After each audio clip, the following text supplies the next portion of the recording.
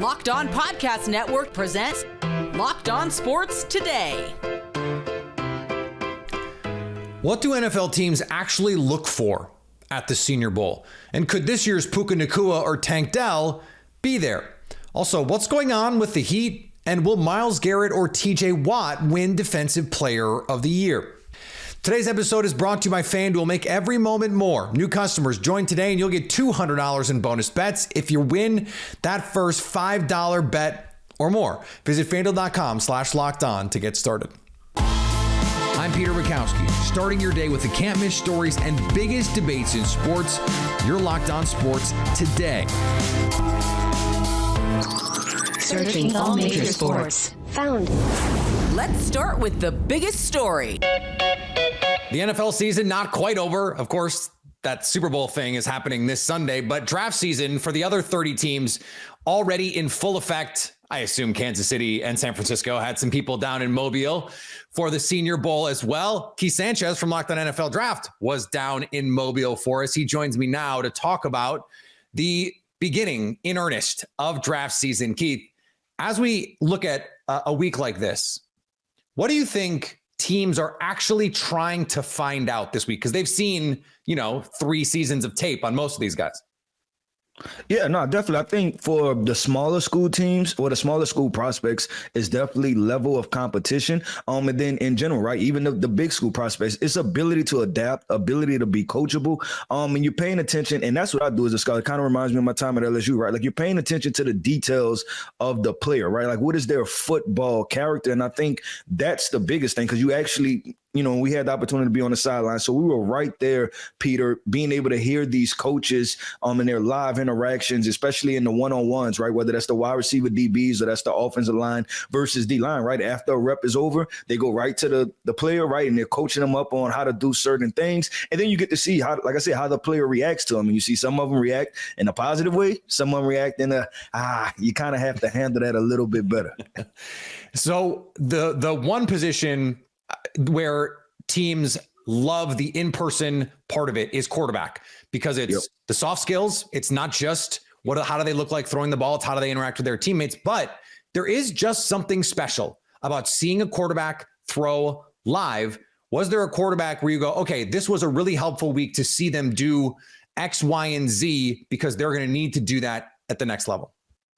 Yeah, so the 2 quarterbacks with the strongest arms, right? That would be Tennessee's quarterback, Joe Milton, who was out there, who participated all 3 days, and then Washington's quarterback, Michael Penix, right? And the thing that you was able to take with 2, I'll start with Joe real quick. Joe, obviously the arm is very live. Like it is as advertised, right? When you watch it in person, but you also take away from the perspective of like, hey, there are going to be some coaching points with him, right? When it comes down to accuracy and the details, of the game and ball placement and things like that. But moving to Michael Penix, right? Watching Michael Penix for the first time, I seen him under center. And Michael Penix evaluation, Peter, I don't know if you remember the national championship game, right? It was pressure. Yeah. And pressure affected a lot of his throwing mechanics, right? And also his ability to process the field, right? And so what happened was you seen him under center for the very first time and in movement situations, right? Whether that was bootlegs, rollouts, sprint outs, things like that. And he actually looked comfortable on the run. So for me, it kind of unlocked a little bit into like maybe if it's structured right to where he's on the move, it does really well from him. And then it also opens him up to, and I'm pretty sure what you are familiar with this, with your Locked On Green Bay Packers, right? Is the Shanahan, the Mike, the McVay offenses, right? All of those different type of situations to where before the Senior Bowl and you never seen him under center, you might not be that comfortable with drafting him and saying, hey, we can put him under center. Who are 1 or 2 names you saw this week, maybe flying a little bit under the radar, but you go, okay, that guy could really pop next year in the right situation at receiver? Yep. I think first I have to start with Georgia's wide receiver, Ladd McConkey. And over there on Locked On NFL Draft, we reviewed him and we was trying to tell everybody like, hey, this is a baller, right? Georgia actually has a baller at the wide receiver position. And from day one, from snap one, he took all of his skills and all his skills and traits, and it translated to the Senior Bowl, man. This guy people couldn't cover him. So you're talking about a slot wide receiver that people can't cover, but I think you can also move him outside because I walked past him right when we had the media sessions, and he's not a small guy. He's 5'11", 6 foot. He can handle it well, but his IQ is through the roof. And that's what you notice with guys like Puka Nacua, right? That they had the IQ and the natural instincts for playing the wide receiver position. So if he goes to the right situation where it doesn't even have to be high volume, right? But a good situation where he can play in the slot, I think this is a guy that you can pencil him in for 60, 70 catches as a rookie, because I see no reason to where there's a huge learning curve ahead for him in the NFL. Anyone, as we finish up here, that just stood out to you, good or bad, where you're just like, oh, wow, that's interesting? It has to be Oklahoma's offensive tackle, Tyler Guyton. And Peter, and I'm going to have this conversation with you, right, is that I think he thrust himself into that top 15 situation. I think a lot of teams are going to be comfortable. You talk about 6'7", he was every bit of 6'7", but every bit of nimble. And I'll tell you this, when I watched the film, I thought that this was a guy that upper body kind of somewhat had to be developed, but when you see him in person, he's a well-proportioned athlete. So when we talk about the athletic freaks, right, we like having that conversation.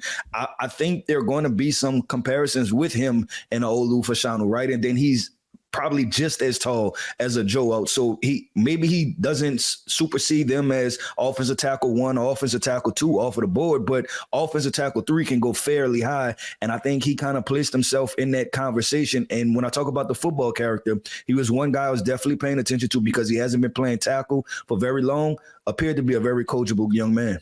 Stay in to know about all the top draft prospects by subscribing to Locked On Sports Today and Locked On NFL Draft on your favorite podcast app and on YouTube. Thanks for making Locked On Sports Today your first listen. Coming up, should we be worried about the Miami Heat, or is this just like every other season? Before we answer that, the NFC won yet another Pro Bowl. Yeah, they still win those things. Happy Super Bowl to all who celebrate from FanDuel, America's #1 sportsbook. If you're like me, Super Bowl Sunday is all about scoring the best seat on the couch, grabbing your favorite football snacks, and placing some super bets. Mozzarella sticks, wings, it's my favorite football snacks. FanDuel has so many ways for you to end the season with a dub or 2 or 3. Not only can you bet on who will win Super Bowl 58, but FanDuel also has bets for who's going to score first, who's going to score last, how many points will be scored, and so much more. If you've been thinking about joining FanDuel, what are you waiting for? New customers, join today, and you get $200 in bonus bets if your first bet of $5 or more hits. One Super Bowl prop bet that almost seems like free money. Travis Kelce, FanDuel has odds on him getting 25 receiving yards in each half at plus 110. Plus odds on that? I love it. Visit FanDuel.com/lockedon to join in on the Super Bowl fun. FanDuel, official partner of the NFL. Locked On has launched its first ever national sports 24/7 streaming channel on YouTube. Locked On Sports Today is here for you 24/7, covering the top sports stories of the day with the local experts of Locked On, plus our national shows covering every league. Go to Locked On Sports Today on YouTube and subscribe to the first ever national sports 24/7 streaming channel. The reigning NBA MVP and current MVP frontrunner likely won't get the chance to defend his title. Joel Embiid will undergo a procedure to address a left meniscus injury, and the Sixers are not ruling out a return this season. Not exactly a promising sign. The Sixers said a timeline will be more clear after the procedure. I think that, he has to get healthy. You can't be, are they a top 3 team when he's healthy? Yes. He's healthy 60% of the season. So you got to get him healthy as healthy as possible. And it's becoming cliche, but you got to arrive at the playoffs. Seeding's almost be damned. I mean, you can't just stumble down the standings. But you have to get the guy healthy. You have to get him as close to healthy as can. Quite honestly, I was thinking that they should have shut him down early on this road trip. That was my belief. Bradley Beal returned to D.C. and went off as the Suns trounced the Wizards. 43 points for Beal, 16 of 21 from the field, 6 assists. It's easy to say, this is the type of game Beal has to have for the Suns to hit their ceiling. And duh, right? Obviously, you could say that about any of the big 3 on any given night. What I will say about this game that was especially impressive as we look at what it means, right? Not just, okay, great. Yeah, he was in his bag, right? Pull-up mid-range jumper after pull-up mid-range jumper, getting to the basket, hitting threes, all of it. And that's great. But it's not just how you want him to play because he played well. It's the mentality. And of course, it helps that it happened on his return to Washington. I don't think that's a coincidence. How could it be, right? Frank Vogel post-game, or when Beal checked out for the final time, giving him, a long embrace and telling the courtside fans to give him an applause. I thought that was kind of funny. So, of course, this one mattered more. And it probably is why he came out hot. But the style he played with is what the Suns are going to need, even if the points aren't always there, right? And speaking of returns, Kliff Kingsbury is returning to the NFL. The Washington Commanders are hiring Kingsbury to run their offense. Kingsbury was close to joining the Las Vegas Raiders, with Antonio Pierce now in charge in Vegas, but contract talks broke down on Saturday. Kingsbury coached the Arizona Cardinals for 4 seasons until he was fired after the 2022 campaign. He spent the past fall as USC's quarterbacks coach and senior offensive analyst. He worked closely with the potential number 1 overall pick, Caleb Williams. The Commanders have the 2nd overall pick. Is there some wheeling and dealing in our future here with the NFL draft? The NFC has won back-to-back Pro Bowls after a 4th and goal stop assured victory late in the 4th quarter. I know you were dying to know who won. The NFC beat the AFC 64-59. Yes, 64-59, and it was assured after Jalen Johnson deflected an attempted pass from C.J. Stroud to Keenan Allen with just a few seconds left. This is just the 8th time the NFC has won the Pro Bowl since the turn of the century. And on the college hardwood, the Badgers came up short at home against Purdue as Zach Edey set a Boilermakers record with his 55th career double-double. Look, I know that we're playing Zach Edey. I know that they're going to out-rebound us. I'm not suggesting they can't out-rebound us, but they don't need to have it be, I think it was like 42-20 something. I don't know, something. I don't have the numbers in front of me, but I mean, there were times where I felt like the team wasn't going after the boards. There was one time where I saw Storr just hanging out, watching the ball come to him, and it was an offensive rebound for Purdue. Like, those types of things can't happen. And the other one I just have to say is I just want Chucky Hepburn to shoot the ball some. I mean, multiple times he's really good. Obviously, he's a great ball handler. He's moving into space. He has an opportunity for a floater or a quick step jumper, but he doesn't do it. And he's almost afraid to take the shot. And you can see when he shoots, there's no confidence there. And we need Chucky Hepburn. I'm not saying he needs to score 15 points a game, but Chucky Hepburn needs to score. The Miami Heat, after a surprise finals run, have now lost 8 of their last 10. They sit 8th in the Eastern Conference standings after a loss 103-95 on Sunday to the LA Clippers. But this is what they do, right? This is what they did last year. They made the finals from the play-in. Wes Goldberg from Locked On Heat joins me now. Wes, it does feel a little different this year, though I guess you probably would have felt the same way a year ago at this time. So what is going on with this team right now, especially after the acquisition of Terry Rozier, which has just not led to the bounce that I think a lot of us thought it would?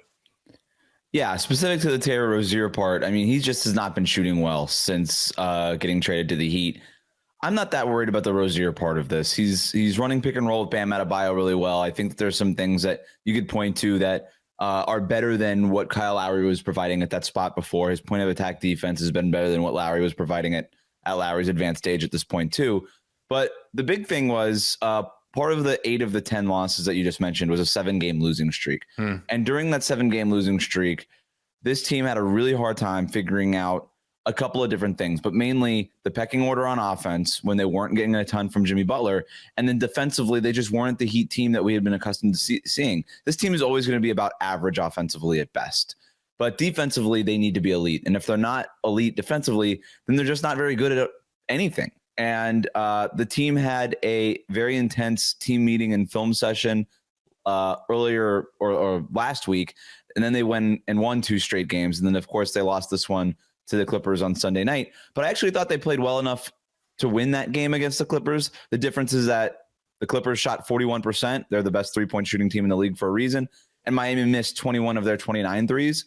But I actually think now, after that team meeting, They cleaned some things up defensively. I thought they defended the Clippers really well. They've been playing better defense over these last 3 games. And I think we might be starting to see a turn, not just defensively, but offensively, going back to the pecking order thing. They needed more from Jimmy Butler. Jimmy Butler has given them a lot more during this recent stretch. They just need him to shoot more. They need him to be their star player. And he just quite frankly wasn't playing like a star player for basically most of January. Tonight, he led the team in shot attempts, which I think is a key stat when you were watching Miami. He had 18 shot attempts in this game, went to the free throw line 3 times. They just need that version of Jimmy, and they need an elite defense, and that's going to be the formula. And hopefully they just make their threes. That's what powered their playoff run that you mentioned last year. And when they make those threes, they're hard to beat. What is, do you think, reasonable for them and attainable for them in terms of like trying to move up the seeding if they continue to get Jimmy Butler play, who, by the way, was just not playing for a large chunk of the beginning of the season? Great point. No, I mean, right now they're a half game back of the 6th seed Orlando Magic, who they actually play this week. So that's a really big game for Miami. They need to get out of that play-in tournament. That's not a formula for success. You don't want to end. They were a quarter away against the Chicago Bulls from not even making the 8th seed last year and not getting a chance to make that impressive finals run. So look, I know a lot of people have said the Heat don't care about the regular season. They prove that the regular season doesn't matter. If they care about the regular season, they don't want to be in the play-in tournament. This is not the plan. The plan is to win a bunch of games in the regular season and then win a bunch of games in the playoffs.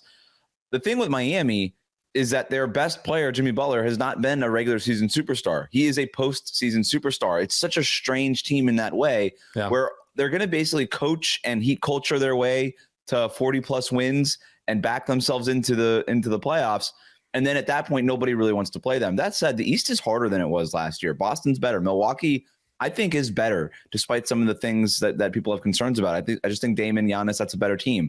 Cleveland's better. The Knicks look awesome. We'll see what happens with the Philadelphia 76ers, but when they have Joel Embiid healthy, they are better. The whole conference is just deeper. It's not going to be – you can't just rely on repeating last year's performance. The Heat need to get better. They need to get one of the top 6 seeds in the East, have a bracket maybe break in their favor so that they can win a couple of rounds here. But yeah, just expecting them to just turn it on, flip the switch in the playoffs and make the finals again. I don't think it's fair to just expect that to happen automatically. It's going to be a tough sledding going forward. Stay up to date all year on the Miami Heat by subscribing to Locked On Sports today and Locked On Heat on your favorite podcast app and on YouTube. Coming up, is the defensive player of the year between 2 pass rushers from the AFC North. TJ Watt is a game wrecker. So is Myles Garrett. Which one deserves Defensive Player of the Year more? Brian Peacock and Matt Williamson detailed why they believe the argument is between these 2 guys on a recent Peacock and Williamson. My vote is for Myles Garrett. Okay. He was actually, I believe he was my preseason pick as well. He was my preseason pick, and I actually have some money on it, to be honest with you. Okay, good. Well, there you go. So it would pay off nicely. And did that last for you throughout the season, Matt, for Myles Garrett? I think Watt has a better case, and we talk about this a lot on the Steelers show because he's a Steeler and he's their best player. The stats honestly aren't even close. I mean, in terms of sack, he led the league in sacks again. He takes the ball away more. I'm not killing Myles Garrett, but Myles Garrett had 1 sack in the last 6 games. I came into this conversation armed with all of these advanced stats and pass rush win rate and double team rate and all the advanced metrics. And the funny thing about all those advanced metrics is they've never reflected the productivity on the field for TJ Watt, who all he does is every year go out and produce numbers. And I am someone who thinks, no, pressure's more important than sacks. Sacks a little fluky year to year, and forced fumbles also a little fluky year to year. And yet, basically since TJ Watt has entered the league, no one has been as productive a pass rusher as he has. And it's not like he's playing off all of these other great players. He has basically from the word go in Pittsburgh been the best pass rusher on that team by a material margin. They're not scheming stuff up. This is not Brian Flores and all of these exotic designer pressure looks. This is TJ Watt beating the guy in front of him and creating a splash play, an explosive defensive play more often than anyone else in the league. context, all that stuff matters. Myles Garrett is an incredible football player. I voted for him for Defensive Player of the Year. But I feel like every year I get down to the end and I look at the underlying metrics and I go, well, they're not as good as the productivity. Well, if at the end of a 15-year career, all he did is produce more than anyone else, I can't be convinced that the underlying metrics mattered as much as I would normally think they did. That's TJ Watt. And finally, maybe you thought you could run your team's offense or defense better than the guy who was doing the job. But have you ever thought about applying for a coaching vacancy in the NFL? Like, have you ever actually thought about it? Well, one guy tried. Apparently, a guy named Bill applied for the Green Bay Packers defensive coordinator position this offseason. He was passed over for former Boston College head coach Jeff Hafley. But the Packers did not let his application go unanswered. Packers president and CEO Mark Murphy apparently wrote Bill a letter. It read, "Thank you so much for your cover letter and resume regarding our defensive coordinator position. While your fantasy football experience is impressive, I regret to inform you that we have decided to go in a different direction. I hear the Bears have an opening. You look to be a perfect fit for them. Thanks again. Sincerely, Mark." The shot at the Bears at the end makes this, it's 10 out of 10. No notes. I sincerely hope this is 100% real. I love this story so much. Locked On has launched the first ever national sports 24/7 streaming channel on YouTube. Locked On Sports Today is here for you 24/7, covering the top sports stories of the day with the local experts of Locked On, plus our national shows covering every league. Go to Locked On Sports Today on YouTube and subscribe to the first ever national sports 24/7 streaming channel. Coming up on the next Locked On Sports Today, who will be the best bet in Vegas this Sunday? So at least until tomorrow, stay locked on sports today. Locked On Podcast Network presents Locked On Sports Today. For more episodes of Locked On Sports Today, go to our video on demand. Click on sports at the top of your screen. There, you'll find past episodes of Locked On Sports Today, plus other Locked On shows on demand.